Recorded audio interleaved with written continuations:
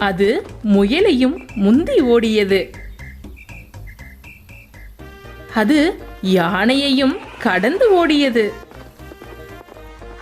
பிறகு அங்கிருந்த சிற்றோடையை தாவி குதித்து கடந்தது. அது ஒரு இடிந்த சுவற்றை வேகமாக ஓடி கடந்தது. அங்கே பெரிய பாறாங்கல் ஒன்று புல்வெளி மீது இருந்தது. அந்த பாறாங்கல்லில் அடிபட்டு தடுமாறி கீழே விழுந்தது. மான்குட்டி அழத் தொடங்கியது.